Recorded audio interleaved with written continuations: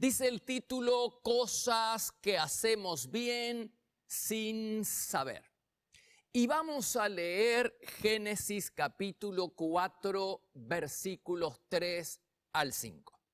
Un día, Caín llevó al Señor una ofrenda del producto de su cosecha. También Abel, su hermano, llevó al Señor, subraya, las primeras y mejores crías de sus ovejas. El Señor miró con agrado a Abel y a su ofrenda, pero no a Caín ni a su ofrenda, por lo que Caín se enojó muchísimo y puso muy mala cara.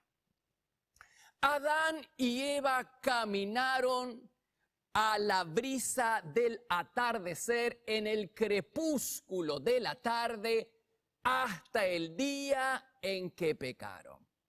A partir de entonces, la relación se rompió y los amigos se distanciaron.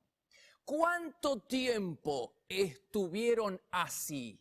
¿Cuánto tiempo estuvo Dios distanciado de sus hijos Adán y Eva? La Biblia no lo dice, pero si alguna vez volvieron a estar juntos, sin lugar a dudas que no fue inmediatamente.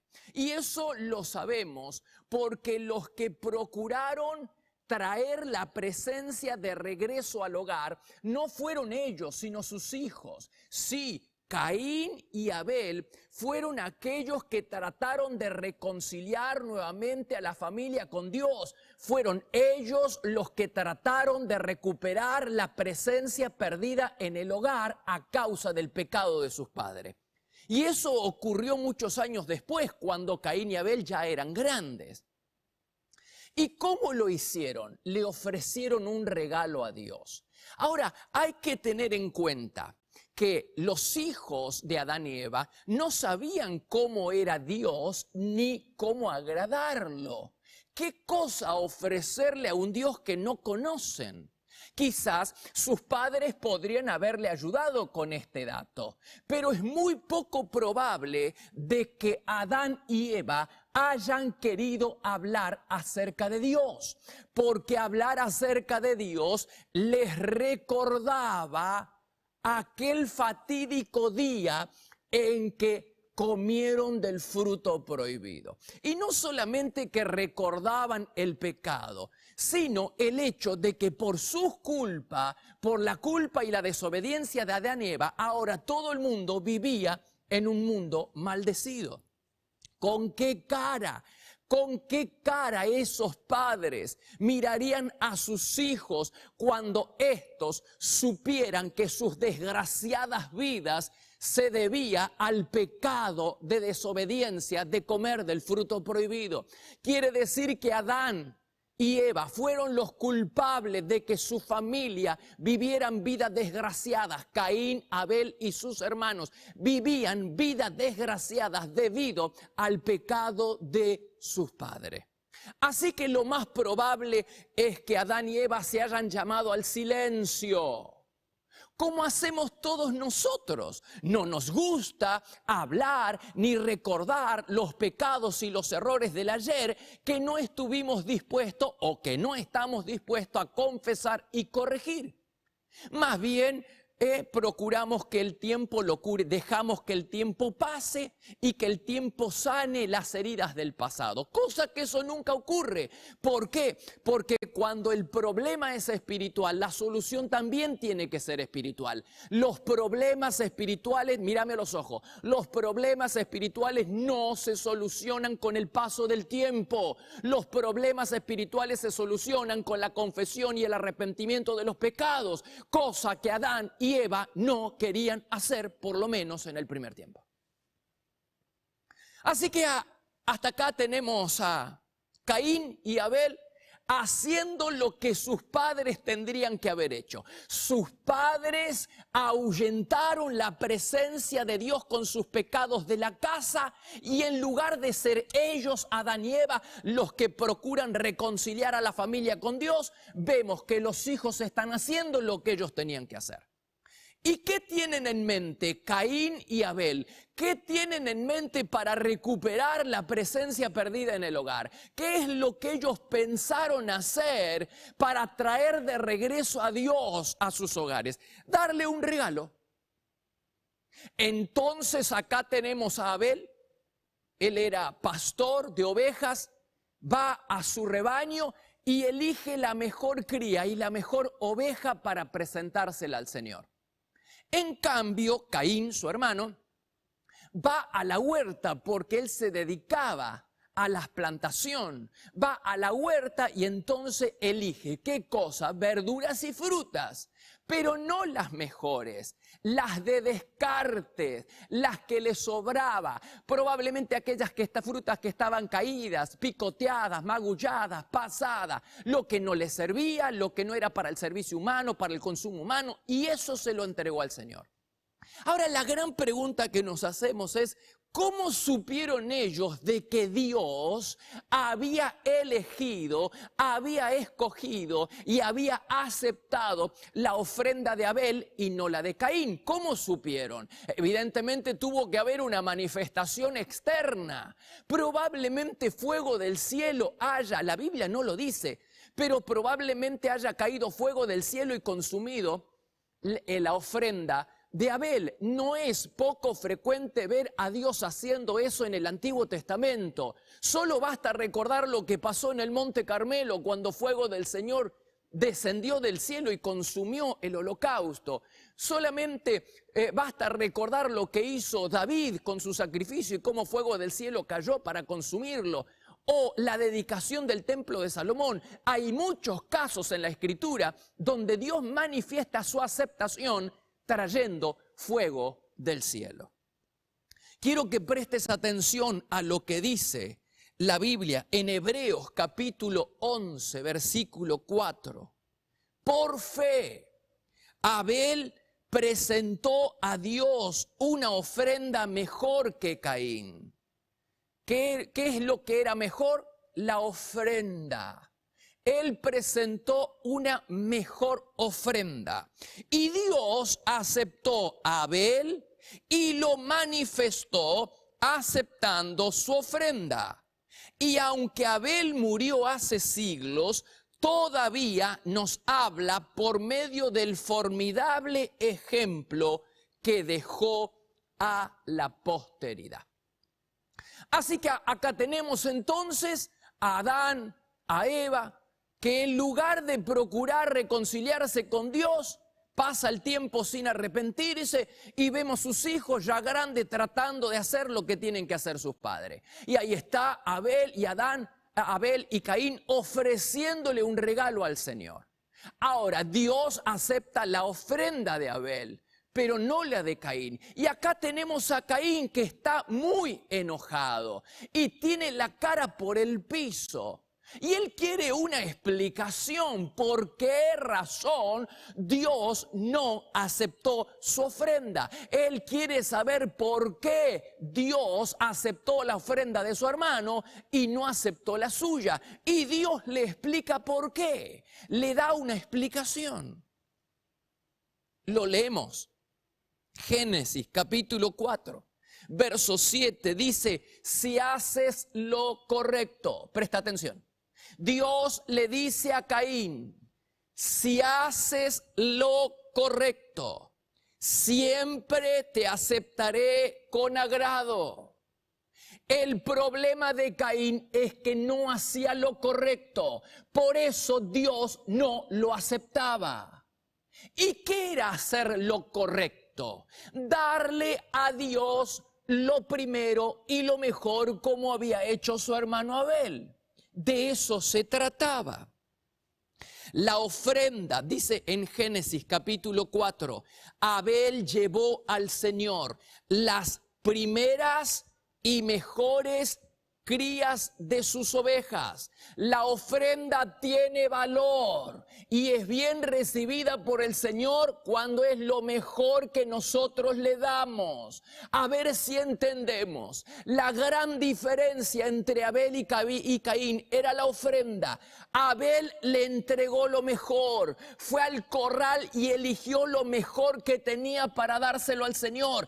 En cambio, Caín fue a la huerta y eligió las verduras y las frutas de descarte. Lo mejor se lo quedaba para él y lo que le sobraba y lo que no le servía se lo entregaba al Señor. Y eso no era hacer lo correcto. La ofrenda será bien recibida por el Señor si es lo mejor que nosotros tenemos para darle. Analicemos un texto en Levítico, capítulo 22. Dice, la ofrenda será aceptada siempre y cuando el animal sea sin defecto. Lo mejor, tráiganme lo mejor. No le traigan al Señor ningún animal que sea ciego, que esté lastimado, mutilado, que tenga llagas, sarna o cualquier otra enfermedad de la piel. Ningún animal en esas condiciones debe ser colocado en el altar como una ofrenda que se quema al Señor. En 2 de Samuel capítulo 24, David dijo, no le presentaré ofrendas al Señor que no me haya costado nada. A ver si nos entendemos. Dios no acepta cualquier ofrenda. Dios no acepta ofrendas de segunda clase, de segunda categoría. Tiene que ser lo mejor. Dice Malaquías capítulo 1, verso 8. Me ofenden cuando me presentan como ofrenda animales impuros que no valen nada porque están ciegos, cojos y enfermos. Me ofenden. Darle a Dios nuestro mejor tiempo. Vení. La ofrenda no es solamente dinero. ¿Por qué asociamos ofrenda simplemente con dinero? La ofrenda que Abel y Caín le ofrecieron al Señor no era dinero. Cuando nosotros le ofrecemos al Señor nuestro mejor tiempo, nuestros mejores talentos, nuestras mejores capacidades y nuestro mejor tesoro, es la mejor adoración que podemos brindarle y testifica a nuestro favor de cuánto vale Dios para nosotros. La mejor adoración que nosotros podemos darle al Señor es entregarle lo mejor de nuestro tiempo, lo mejor de nuestros recursos, lo mejor de nuestras capacidades, lo mejor de nuestros tesoros, lo mejor de nuestras riquezas. Es nuestra mejor adoración y testifica de cuánto vale Dios para nosotros. Tu ofrenda no será aceptada a menos que te cueste algo, que sea un sacrificio, algo que pertenezca a tu mismo cuerpo, a tu misma vida, algo que represente una porción de tu misma persona. Tu ofrenda tiene que ser lo mejor, que tu ofrenda implique un sacrificio. De no ser así, no producirá una buena cosecha. Si de verdad estás esperando lo mejor de Dios, tienes que darle a Dios lo mejor. De eso se trata. La gran diferencia entre Abel y Caín, la gran diferencia que hizo que Dios aceptara a Abel y a su ofrenda, es que Él le entregó lo mejor. Cuando nosotros le entregamos lo mejor de nuestro tiempo, cuando en lugar de retasear nuestro auto, lo ponemos al servicio de Dios para salir a evangelizar, eso es algo que cuesta, es un sacrificio que cuesta, es algo que es un sacrificio para nosotros. Levantarnos a las 5 de la mañana para tener una vigilia de oración, levantarse por las madrugadas en el crepúsculo para estar con el Señor, es el mejor tiempo que le estamos entregando, implica un sacrificio. Cuando nosotros recibimos algo y lo primero que pensamos es en darle a Dios la mejor porción, es en darle a la obra de Dios una buena porción de lo que hemos recibido. Eso es entregarle lo mejor. Eso constituye nuestra mejor adoración, hermanos. Eso habla a las claras de cuánto vale Dios para nosotros. Pero si en lugar de eso le damos el tiempo que sobra y retaseamos nuestro vehículo y no ponemos al servicio de Dios nuestras capacidades y nuestros dones, entonces estamos como Caín, ofreciéndole lo que nos sobra, lo que realmente no nos sirve, lo que es de descarte, y Dios no acepta ofrendas de segunda categoría. Tiene que ser lo primero y lo mejor para que Dios pueda aceptarlo.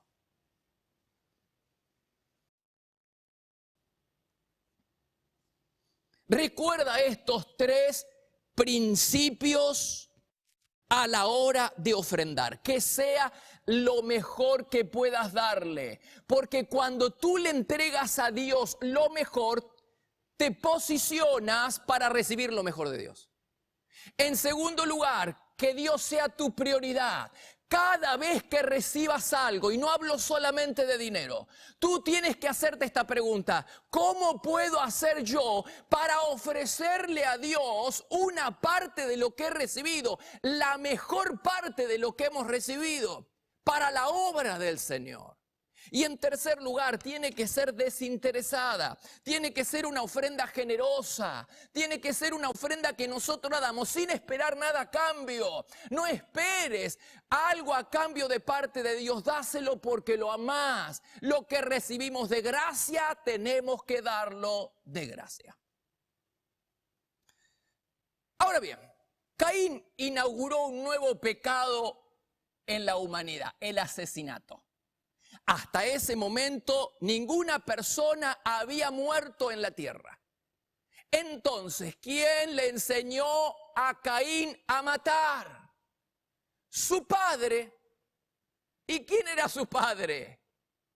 El diablo.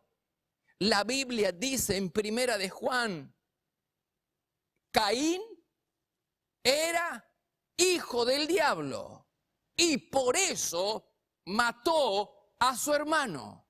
Por matar a su hermano, Caín fue castigado. Hay condenación para aquellos, para el pecador, pero hay una condenación aún mayor para aquellos que enseñan a otros a pecar como Caín. Caín no solo pecó, sino que con su ejemplo enseñó a otros a hacer lo mismo. Y hay una condenación mayor para aquellos que pecan, para aquellos que enseñan a pecar. Hay una condenación mayor. ¿Y cuál es esa condenación? Ser desterrados de la presencia del Señor como Caín. Mira lo que dice el texto. En Génesis capítulo 4, versículo 14. Hoy me condenas al destierro, dijo Caín, y nunca más podré estar en tu presencia. Caín presupone que nunca más va a estar en la presencia del Señor. Pero eso era su presuposición, no era una declaración categórica de Dios. Porque siempre hay esperanza para el pecador que se arrepiente. No importa la clase de pecado y cuántos hayas pecado en la vida, siempre hay esperanza de este lado de la eternidad si nosotros nos arrepentimos de nuestros pecados. Pero el problema de Caín es que él no quería arrepentirse. Dios le advirtió, señaló cuál era su error, pero él no quiso aceptar la corrección y endureció su corazón y se alejó de Dios cada vez más. ¿Y cómo lo sabemos? Porque él se casó probablemente con alguna de sus hermanas y tuvo descendencia. Y al primer hijo, al primogénito, le puso el nombre de Enoc y fundó una ciudad con el nombre de su hijo primogénito, para demostrarle a todo el mundo, para probar que de ahora en adelante ya no iba a necesitar de Dios. ¡Qué insensatez, hermano! Dios lo impulsó. Caín podía haber hecho borrón y cuenta nueva. Dios lo impulsó a hacerlo, pero él no aceptó la corrección. Él endureció su corazón y su vida es un testimonio de lo que ocurre a las personas que no quieren arrepentirse. desterrados de la presencia del Señor. Dice Job, capítulo 15, los malos se retuercen de dolor toda su vida. Para los despiadados están reservados años de desgracia. En 2 Tesalonicenses, capítulo 1, verso 9, serán castigados con destrucción eterna, separados para siempre del Señor y de su glorioso poder. ¿Cuál era el problema de Caín? Que él no quería arrepentirse. Él no aceptó la corrección de Dios y endureció su corazón. Y la pregunta que hoy yo quiero hacerte es, ¿tú eres de aceptar la corrección de aquellos que señalan tus errores? ¿Es tu corazón sincero? ¿Eres de aceptar la corrección de aquellas autoridades espirituales que están sobre ti? De aquellos que señalan y marcan tus errores. ¿Eres de aceptar la corrección o endureces tu corazón como Caín y borras de tu lista de contactos, eliminas de tu lista de contactos a aquellos que señalan tus errores? No sigas el ejemplo de Caín, sigue el ejemplo de Dios. Aceptemos los errores, pidamos perdón por aquellas cosas que hemos hecho mal y sigamos adelante. Eso es lo que no quiso hacer Caín. Caín endureció su corazón y se alejó de Dios para siempre. Observa lo que el autor sagrado dice de Abel. En Hebreos capítulo 11, verso 4 dice, y aunque Abel murió, todavía nos habla por medio del formidable ejemplo que dejó a la posteridad. ¿Cuál es ese ejemplo que debemos imitar de Abel? El de acercarnos a Dios con un corazón sincero para ofrecerle lo mejor que tenemos. Cuando una persona parte de esta vida, deja algo. Es decir, no todo se termina con la muerte. Cuando la persona deja esta vida, deja una semilla en esta tierra. Si la semilla es mala, entonces crece y se extiende como un cáncer. Pero si la semilla es buena, brota y florece sin fin. Por eso, ¿qué clase de semilla estamos dejando para la posteridad? ¿Qué clase de ejemplo? Abel nos enseña que la vida del adorador es tan importante como su adoración. Dice en Proverbios capítulo 3, verso 9, honra al Señor con los primeros frutos de tus cosechas. En Éxodo capítulo 23 dice los mejores primeros frutos, subraya, mejores y primero. Debes llevarlos al templo del Señor tu Dios. Lo primero nunca debe ir a la cuenta del hombre. Lo primero siempre tiene que ir a la tesorería del cielo. Porque cuando tú te quedas con lo que le corresponde al Señor, entonces atraes la maldición sobre tu vida. Pero cuando tú le das a Dios lo primero y lo mejor, entonces atraes su presencia, su protección y su provisión, como lo vemos en Primera Reyes capítulo 17, con la viuda que le entregó al Señor todo lo que ella tenía. Todo es cuestión de orden. Lo que se haga con lo primero determina lo que va a pasar con el resto. Si lo primero se lo damos al Señor, el resto queda bendecido. Si el primer día de la semana, las primeras horas del primer día de la semana, del día del Señor, se lo damos al Señor, el resto de la semana queda bendecida. Si el primer tiempo del día se lo damos al Señor, el resto del día queda bendecido. Si lo primero de nuestro sueldo se lo damos al Señor, el resto queda bendecido y se multiplica. Pero cuando retenemos lo que le pertenece al Señor, atraemos maldición sobre nuestra vida y quedamos desguarnecidos y desprotegidos. Todo es cuestión de orden. Lo que hagas con lo primero va a determinar qué es lo que va a pasar con el resto. Finalmente, ¿se arrepintieron alguna vez Adán y Eva? Probablemente. Quizás después de que haya muerto su hijo Abel. Con la muerte de su hijo Abel, ellos deben haber recordado lo que Dios le dijo en el paraíso. El pecado trae muerte. Al pie de la fosa donde yacía su hijo muerto, Adán y Eva tienen que haber reflexionado. Y es hora de que nosotros empecemos a reflexionar. Ellos habrán pensado cuánto sufrimiento por haber desobedecido a Dios, cuánto sufrimiento por haberse alejado de Dios, cuánto sufrimiento por haber pecado y comido del fruto prohibido. Cuánto deben haber añorado aquellos momentos con Dios en el crepúsculo de la tarde.